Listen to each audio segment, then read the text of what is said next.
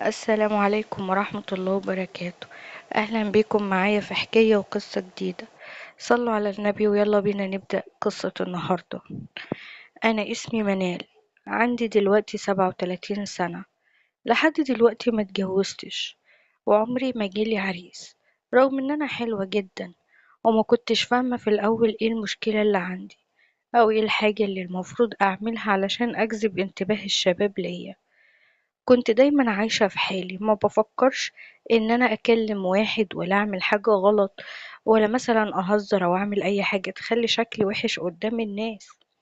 وكمان كنت فعلا محترمة ومؤدبة، وكنت من الشغل للبيت ومن البيت للشغل. أصحابي محترمين جدا، وأي واحدة بشك فيها ببعد عنها فورا علشان ما تعصنيش. ومع ذلك مفيش ولا مرة جالي عريس. كنت بشوف حوالين مني بنات كتير بتلبس ضيق ووحش، وبنات كتير ما هماش حلوين ولا عندهم نوع من أنواع الجمال، بتوع رجالة وبيكلموا شباب وعندهم علاقات كتير، ومع ذلك بيتخطبوا وبيتجوزوا. وكمان بتلاقي رجالتهم بيتمنوا لهم الرضا يرضوا، عكس تماما اللي بيحصل لي. ما كنتش فاهمة هو في ايه اللي بيحصل، ليه يا ربي كده؟ اشمعنى انا ما جاليش لغاية دلوقتي عريس، ولا عريس واحد بس عادل؟ حياتي عمالة تعدي حوالين مني، مفيش اي جديد ومفيش اي حاجة بتحصل في حياتي جديدة. ورغم ان انا محافظة على نفسي جدا ومتقية ربنا، الا اني لغاية دلوقتي مفيش واحد بيعبرني. الموضوع ده كان واجعني قوي، ونفسي ومن عيني الاقي حل ليه. وما كنتش عارفة، وكنت قريبة من ربنا جدا.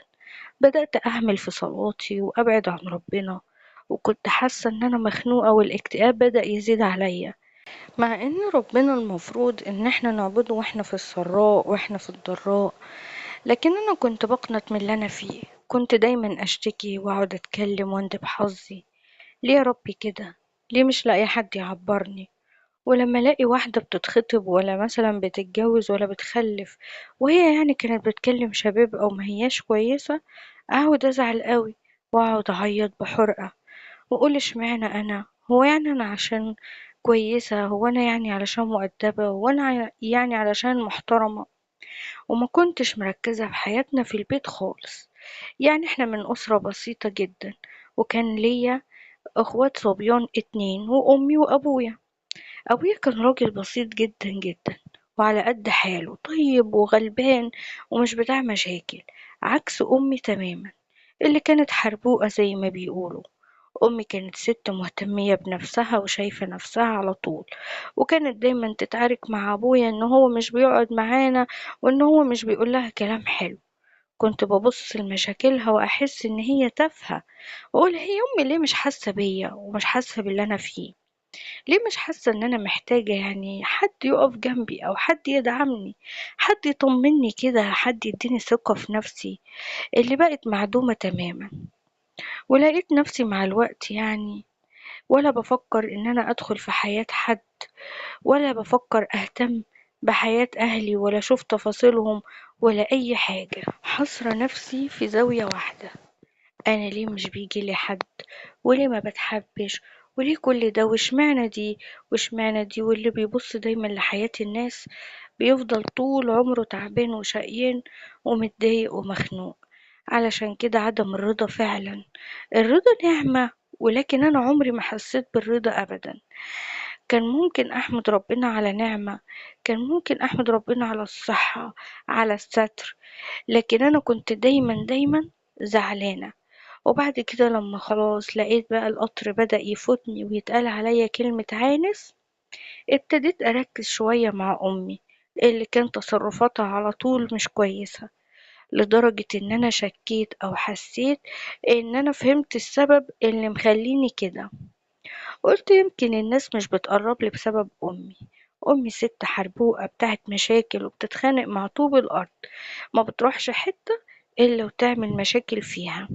يعني أكيد يعني لما حد بيروح يناسب حد بيبص لأهله. وساعتها حسيت إن هو ده ممكن يكون السبب، وابتديت إن أنا أتضايق من أمي بقى، وأقعد متربصلها على أي حاجة. وبقى بدل ما أنا ما كنتش بهتم خالص بأي تفاصيل في حياتنا في البيت، لأ، ده أنا ركزت وبقى تركيزي كله مع أمي اللي بقت شايفة في اللحظة دي إن هي دي سبب إن حياتي واقفة، لأن أنا أبويا راجل طيب أوي، وعلشان يعني غلبان وبتاع شغله وبيروح يصلي في الجامع وفي حاله، اخواتي الصبيان كمان بلسم، فالوحيدة اللي عندنا فعلا فعلا ما تتعاشرش هي أمي. حسيت إن هي دي بقى السبب في وقفة حالي، وبدأت أركز معاها وبقيت بقوم بابا عليها وأقول له أنت إزاي يا بابا سايب ماما تعمل ده؟ إزاي يا بابا مش بتدخل في حياتها؟ إزاي ما بتحكمهاش وإزاي ما بتشكمهاش؟ يقول لي يا بنتي ربنا يهديها من عنده، هي أمك طول عمرها كده. فأنا كنت مفكرة إن الموضوع كله إن أمي حربوقة وبتاعت مشاكل وكده وبس، بسمعها تتعارك مع بابا بس ما بعرفش تفاصيل الخناقة ايه. فجيت في مرة وركزت قوي بقى وهما كانوا بيتعاركوا مع بعض بالليل وانا كنت نايمة، ولقيت امي عمالة تقوله خليك انت كده زي قلتك، من سنين السنين انا مش عارفة بختي مايل كده ليه، بقى انا الجسم ده كله والجمال ده كله اعرف واحد زيك؟ وهو يقول لها احترمي نفسك يا ست انتي، ده انتي مش صغيرة على الكلام ده. تقول له يعني ايه مش صغيرة؟ يعني ايه هو انا مش ست زي بقية الستات؟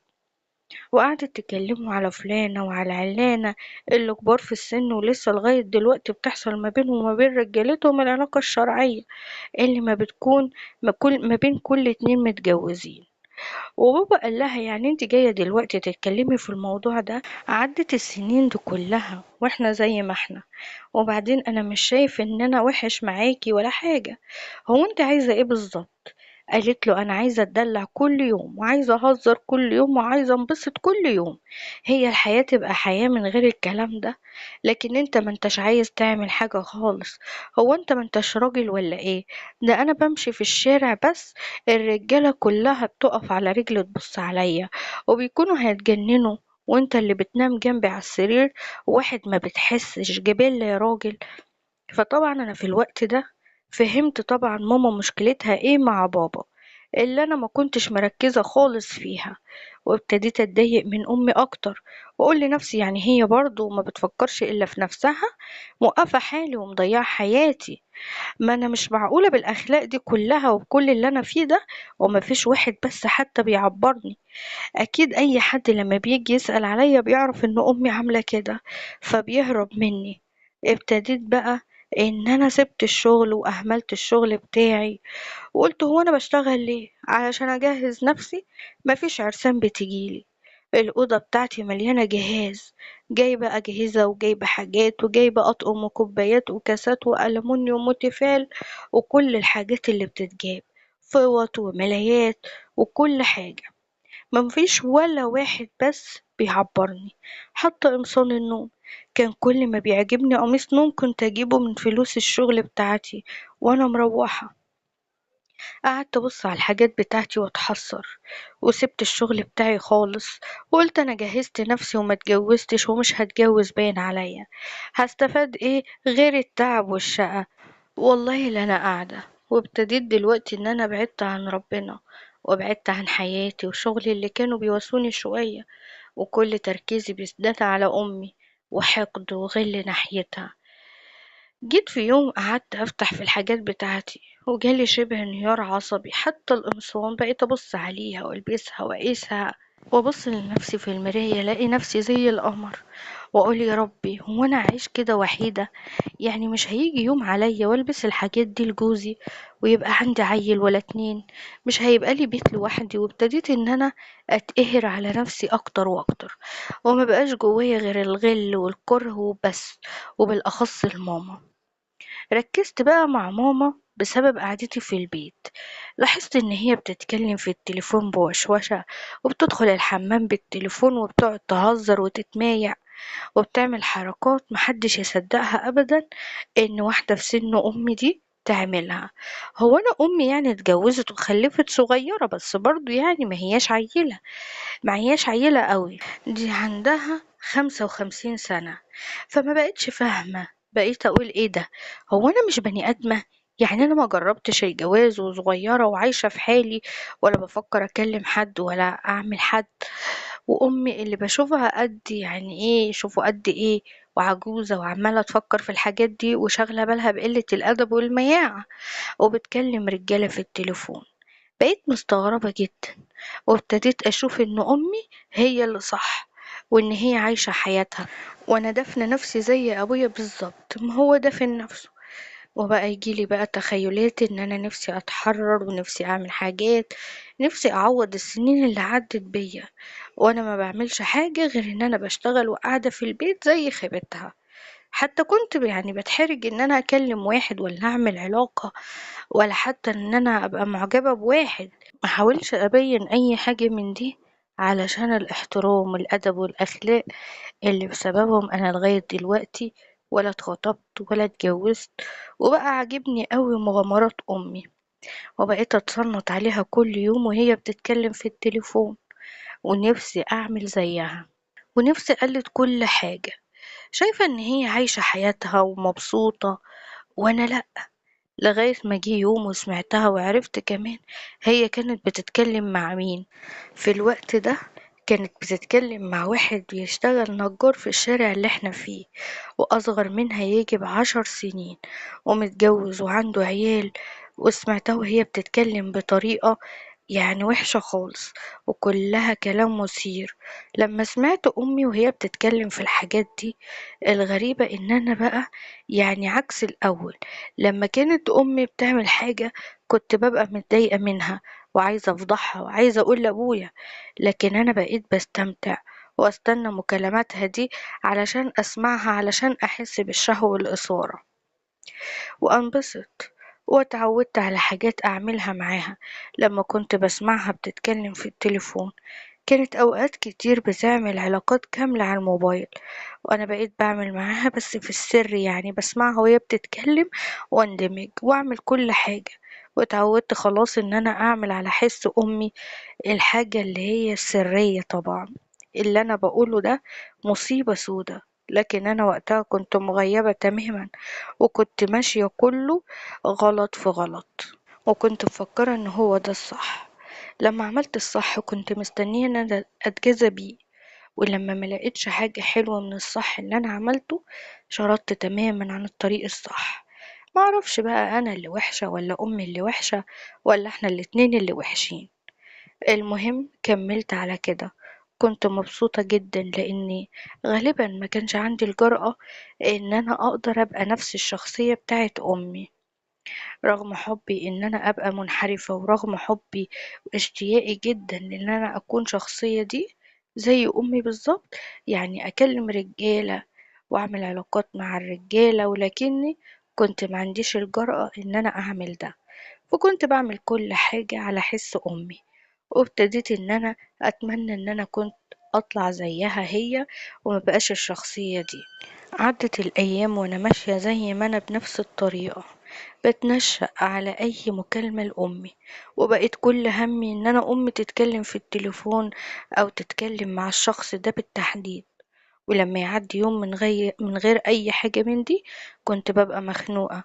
حتى لما كنت بجرب إن أنا أعمل الشيء ده مع نفسي ما كنتش بعرف. الموضوع ارتبط خلاص عقليا جوايا بأمي، أمي وبس. وطبعا دي كانت يعني مأساة بالنسبة لي. عدت أيام كتير وأنا ماشية زي ما أنا، مفيش أي حاجة بتتغير خالص، ومفيش شيء بحاول أعمله جديد في حياتي. بعدت عن ربنا بشكل يعني غير طبيعي، وما بقتش بصلي نهائي ولا حتى بسجدها ولا بركعها، وعايشة حياتي كلها في الهلس والعبط بس. بساعد أمي في شغل البيت ومش أكتر من كده، لحد ما لقيت أمي في مرة من المرات وهي بتتكلم في التليفون وبتتفق يتقابلوا في مكان، إن هو جاب مكان يتقابلوا فيه، والمفروض إن هي هتنزل تشوفه كأنها رايحة السوق أو أي حاجة من دي. طب أنا أعمل إيه في الوقت ده؟ لقيت نفسي مقيدة مش عارفة أعمل أي حاجة. طيب وبعدين يعني أنا هتحرم من الحاجة اللي أنا اتعودت عليها؟ بقى الموضوع بالنسبة لي ممل وصعب، وفضلت أعيط طول الليل كأن في حاجة كبيرة أوي ضاعت مني، رغم إن الموضوع كله غلط في غلط. كان الأول أبويا بيصعب عليا، دلوقتي أنا شايفاه ملوش أي 30 لازمة، لأن أمي عندها حق، لازم تتبسط وتفرح بحياتها، أمال هي متجوزة ليه؟ المهم، جه اليوم اللي ماما قالت لي فيه إن هي هتروح السوق النهاردة، بعد ما كنت أنا اللي ساعات بتسوق لها وبجيب لها طلبات البيت. فبعد كده قلت لها طيب خليني يا ماما أجي معاكي. قالت لي لا، النهاردة أنا عايزة أنا اللي أروح. ولما ضغطت عليها في الكلام شوية قالت لي انت تسمعي الكلام اللي أنا بقولك عليه، هتقعدي في البيت تعملي اللي وراكي وتنفضي وتكنسي وتسيقي وقعدت ايه ترصلي في شوية حاجات كده كتير قوي عبال ما أنا أجي من السوق. قلت لها خلاص يا ماما ماشي وسبتها تمشي. بس نزلت ومشيت وراها وعرفت المكان اللي هي هتقابله فيه. كنت ماشية بعيد خالص عنها وكنت لابسة نقاب. كان النقاب ده عندنا في البيت، معرفش مين اللي جابه ومين بيعمل بيه ايه، علشان أمي ما تشوفنيش ولا تعرفني. وفضلت ماشية وراها وفضلت متابعاها وهي بتعمل كل حاجة. بس لما طلعت الشقة طبعا معرفتش ان انا اطلع، وروحت البيت وانا متغاظة. وطول ما انا قاعدة عمالة اتخيل نفسي لو انا كنت معاها، لو انا شايفاهم وهم بيعملوا الحاجات دي اكيد كنت هنبسط زيها. وكنت متغاظة قوي وكان تقريبا عندي احساس بالغيرة ان امي مع واحد وانا لا. رحت وقعدت في البيت وما عملتش اي حاجة من اللي امي قالت لي عليها، واستنيت ان هي تيجي. وغابت كتير قوي، قعدت حوالي 3 ساعات برا البيت عبال ما جت. وجات ومعهاش حتى باكو ملح. أول ما دخلت من الباب وقفت قدامها وقلت لها هو انت كنت فين يا ماما؟ قالت لي ما انا قلت لك ان انا كنت في السوق. قلت لها طب فين الحاجات بقى اللي انت جبتيها؟ راحت بص حوالين منها وقعدت تقول لي ايه ده، هو انت لسه ما عملتيش حاجة ليه وانا مش هنا؟ فين بقى الحاجات اللي انا قلتلك عليها؟ ما نضفتيش ما سيقتيش، ابوكي زمانه جاي، هنعمل ايه دلوقتي؟ وفضلت تزعق وانا برضو واقفة قدامها وكنت ساعتها بجحة قوي. ورحت بصلها وقلت لها على فكرة انا كنت عارفة انت كنت فين ومع مين. لقيت ماما ارتبكت قوي كده وشها ده جاب الوان. قالت لي انت عبيطة يا بت ولا ايه؟ ايه اللي انت بتقوليه ده؟ قلت لها انا بقول لك انا عارفة كل حاجة، عارفة انت كنت فين ومع مين، بس انا اللي ساكتة وبمزاجي. كنت بسمعك دايما وبسمع كل مكالماتك، لان انت كنت بتتكلمي، ما بيبقاش حد هنا من اخواتي الاتنين ولا بابا، وما بيبقاش في حد غيرنا في البيت انا وانتي. وكنت بسمعك وبسيبك تعملي اللي نفسك فيه واللي انتي عاوزاه. فاكراني مش واخدة بالي؟ بس انا كنت واخدة بالي كويس قوي، وكنت باتعمد كمان ان انا اظهر لك ان انا مش مركزة معاكي علشان تعملي كل حاجة واسمعك. لقيت امي بتبصلي باستغراب وبتقولي هو انت اتجننتي يا بنت ولا في ايه، هو انت اتغيرت ازاي كده؟ قلت لها يا ماما انا كبرت لغاية دلوقتي مفيش في حياتي راجل واحد. هو انت ازاي يا ماما مش بتحس بيا خالص كده؟ ليه ما بتفكريش ان انا لغاية دلوقتي ما جاليش عريس وعمري ما في حد دخل في حياتي، ولا حب ولا علاقة ولا كلام؟ انا لغاية قريب ما كنتش اعرف اي حاجة عن العلاقة ولا الكلام ده كله، كل حاجة عرفتها لما سمعتك كنت بتتكلمي في التليفون. لقيت امي بتبصلي وهي مش مستوعبة المصيبة اللي هي عملتها من غير ما تحس، وكانت مفكرة ان انا مش واخدة بالي من اي حاجة. انا كنت حاسة بالحيرة اللي في عينيها، وكأنها عايزة تقول انا ايه اللي خلاني اعمل كده، ازاي ما رعتش ان في بنت في البيت معايا، ازاي ما خدتش بالي ان بنتي ممكن تتحط في نفس الموقف. انا حسيت ان امي نفسها ومنع عينها ان الارض تتشق وتبلعها. ساعتها قعدت اتكلم معاها وقلت لها ان انا في الاول يا ماما كنت بكرهك وبكره ان انتي طلعتي كده، لان انا شايفه ان انتي السبب في اللي انا وصلت له. وساعتها ادركت ليه مفيش عرسان بتجيلي وليه مفيش حد بيتقدم لي رغم ان انا كنت ملتزمه. بس دلوقتي يا ماما انا نفسي ابقى زيك، وشايفه ان انتي اللي صح، انتي اللي عايشه الحياه صح، وانت اللي فاهمة الدنيا صح، واللي انت بتعمليه ده هو المتعة بجد. انا مش عارفة ازاي انا كنت عايشة حياتي من غير اي حاجة من دي، لكن انا حسيت خلاص بالاحساس اللي كنت مفتقداه ونفسي اجربه، وما عنديش استعداد ان انا ابطل الحاجة دي. ماما طبعا مش فاهمة اي حاجة من كلامي، وكانت بصالي ومتنحة وزي ما يكون في دموع متحجرة في عينيها. وفاتحة بقها وقالت لي: أنا مش فاهمة منك حاجة، انت بتقولي ايه؟ قلت لها: أنا بقولك يا ماما إن أنا عرفت كل حاجة عن العلاقة معاكي، كنت بسمعك وبعمل كل حاجة انت بتعمليها، واتعودت على الحاجة دي ومش عارفة أبطلها. ودلوقتي أنا كنت عارفة انت كنت فين بالظبط، وكمان عارفة كنت بتعملي ايه، وعلشان أجيبلك من الآخر أنا عايزة أعمل زي اللي انت عملتيه بالظبط.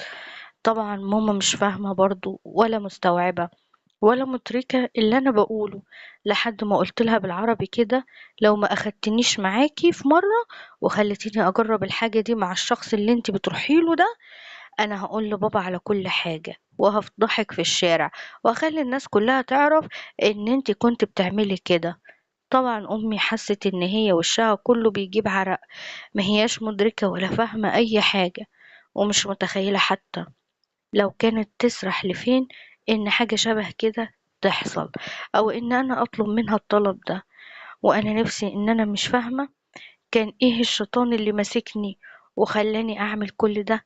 ولقيت أمي بتقولي: أنت مجنونة، أنت بنت، أنت إزاي مش خايفة على نفسك بقى أنت تقولي الكلام ده؟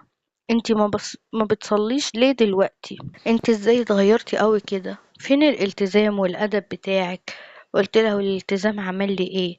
أنا حتى ما اتجوّزتش لغاية دلوقتي. قعدت تقول لي: ده نصيب وكل حاجة بتاعة ربنا وأنتِ ما لكيش نصيب إن أنتِ تتجوّزي، والجواز ما لوش علاقة باللي ماشية كويس واللي ماشية وِحِش. قُلت لها: مش عايزة أقول لِك يا ماما كلمة توجعِك، يعني أنتِ واحدة زيِّك إن أنتِ تتجوّزي ليه؟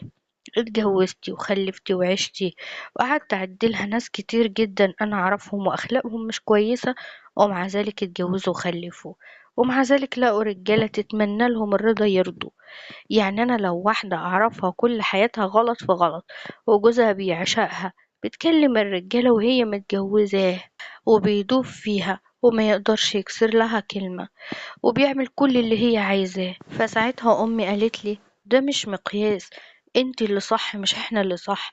مين اللي قالك ان انا مبسوطة كده؟ مين اللي قالك ان انا مش عايزة اتغير؟ انا نفسي ان انا ابعد عن القذارة والقرف ده، بس ابوكي اللي حاوجني، وانا ست ضعيفة لكن انت قوية، لان الايمان ده قوة. قعدت برضو، وقفت لها وقلت لها: هتقولي لي مهما تقولي لي انا مش هسيبك وانتي حرة، وانا قلت لك وعرفتك لو انتي يا ماما ما عملتيش اللي انا بطلبه منك ده انا اللي هقول لابويا. قالت لي: انتي عارفة لو عملتي حاجة شبه كده انتي هتبقي مش بنت، هتتجوزي ازاي؟ قلت لها: انا اصلا مش هتجوز، انتي شايفة جهازي جوه عامل ازاي؟ انا كل يوم بمسك الحاجة بتاعتي واتحسر عليها.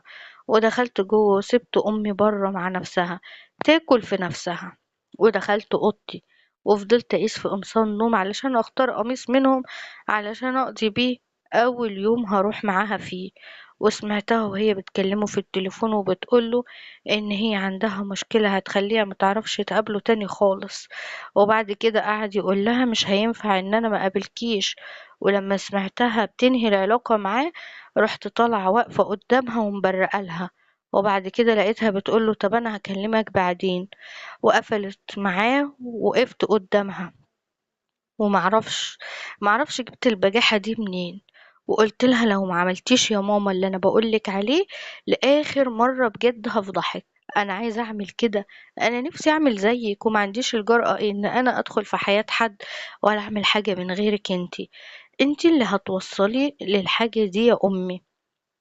امي بصت لي وقالت لي: انتي عبيطة، انتي عايزاني اساعدك ان انتي تضيعي نفسك؟ قلت لها: بجد انا مش قادرة ابقى زيك ومش عارفة اعمل كده لوحدي، مش هعرف اعتمد على نفسي ولا اكلم واحد، انتي اللي لازم توصليني لده. قالت لي: خلاص يا منال، انا هبقى اشوف لك عريس وهجوزهولك. قلت لها: بقولك ايه، انا مش عايزة اتجوز، انتي تخليني اقابل الراجل ده بالذات، انا قلت لك اهو. وشرطت عليها ان انا مش عايزاه يعرف انا مين علشان خاطر اسهل عليها المأمورية، لان هو برضو جارنا واكيد عارفني كويس جدا وعارف ان انا بنتها، وانا مش هقدر استحمل ان ده الشخص ده يبقى عارف ان انا رايحاله. فساعتها قلت لها: انت هتكلميه وتقولي له ان في واحدة صاحبتك نفسها تبقى زيك وهتاخديها معاكي، وهو اكيد مش هيمنع لان هو مش بيحبك، هو بيكلمك بيتسلى بيكي. وانتوا الاتنين زي بعض. فساعتها لقيتها بصالي كده، قلت لها يا ماما انت ما عندكيش حرية الاختيار، انت هتنفذي وخلاص، وانا واقفة قدامك دلوقتي، كلميه في التليفون. كلمته في التليفون وجرت معاه ناعم، وقالت له ان هو وحشها، وقال لها والله انا مش فاهمك، انت مش كنت بتقولي لي ان انت عندك مشكلة وهتسيبيني ومعرفش ايه. راحت قايله له انا كنت بهزر معاك، وراحت حكياله زي ما انا قلت لها بالظبط. وزي ما توقعت هو ما منعش، بالعكس قال لها هننبسط يعني ومفيش مشكلة. وساعتها قالت له أقرب فرصة ممكن يتقابل فيها امتى، وهو قال لها حددي انتي. رحت انا مشاوره لها بايدي وعامله لها بكره. فطبعا ماما برقت لي كده، رحت مشاوره لها تاني وعامله لها بكره، وخدت الميعاد منه ورحت معاها تاني يوم. قعدت وظبطت نفسي وكأني فعلا رايحة للعريس، مش رايحة أعمل حاجة شبه كده. ورحت معاها وكنت لابسة النقاب زي ما اتفقنا، واشترطت عليها إن هو يعمل كل حاجة وأنا بالنقاب علشان ما يعرفش شكلي ولا يعرف أنا مين، وعرف إن أنا بنت بنوتة يعني. بعد ما حصل اللي حصل بينا، وأمي كانت قاعدة برا، كانت عمالة بالظبط زي المشلولة، ما هياش قادرة تتصرف وخايفة من الفضيحة، ومش عارفة تعمل فيا ايه، وما هياش مستوعبة ان هي بتسلم بنتها بإيديها لواحد ياخد شرفها وهي قاعدة برا، وده بمزاجها وبمزاجي.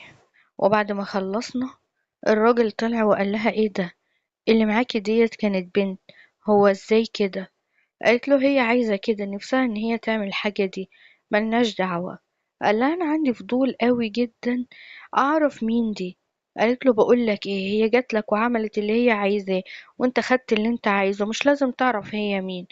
هي مش عايزاك تعرفها علشان لو قابلتها بالصدفة في اي حتة ما تبقاش عارف هي مين.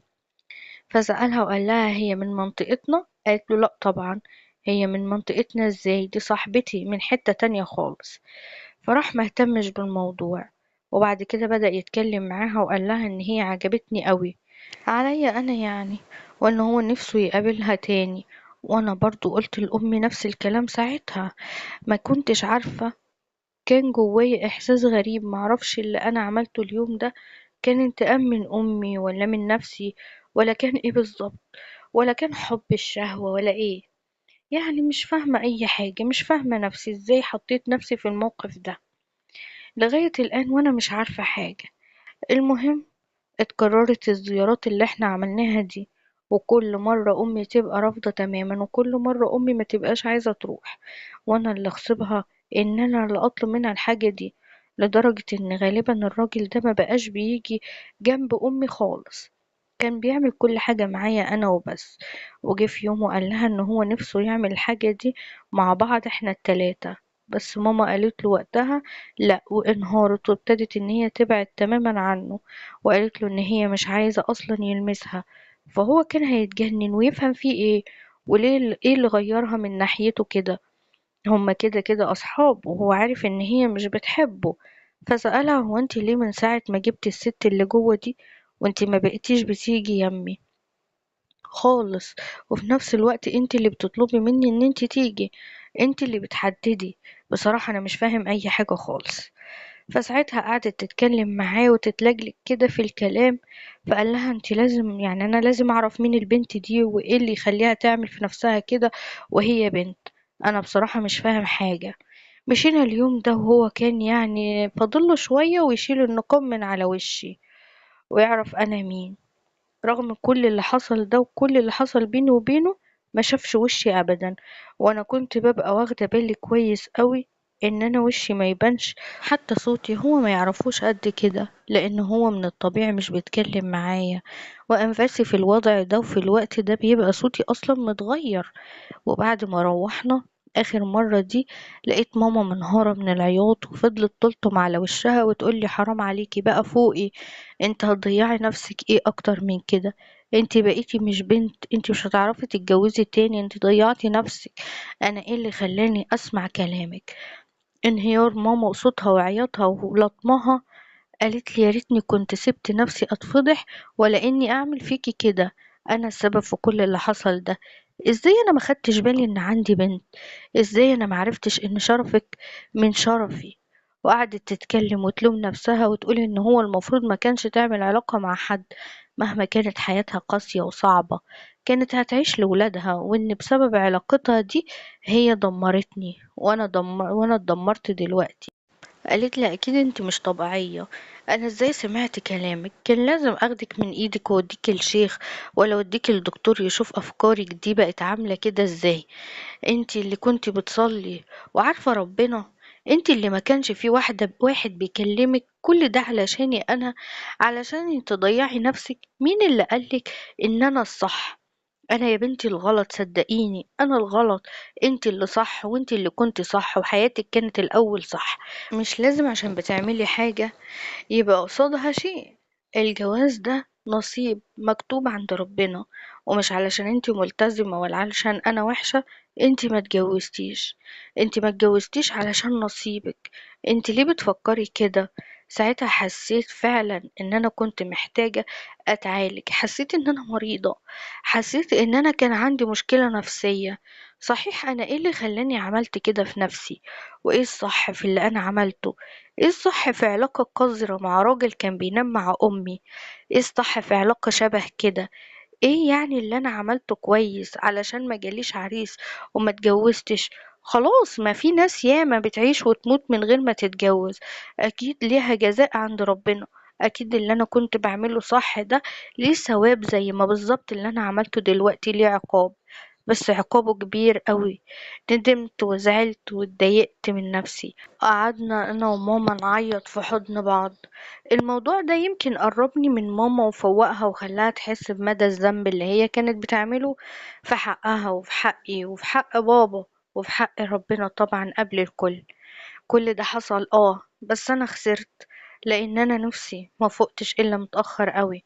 انا دخلت نفسي في اقذر حاجة في الدنيا علشان خاطر انتقم من مين، ولا من نفسي، ولا اعمل ايه؟ مش عارفة. أنا كنت مغيبة فعلا، إحساس بالغضب إن أنا كنت بعمل حاجة وكل حاجة صح تقريبا ومش لاقية أي مقابل في الدنيا ولا في حياتي.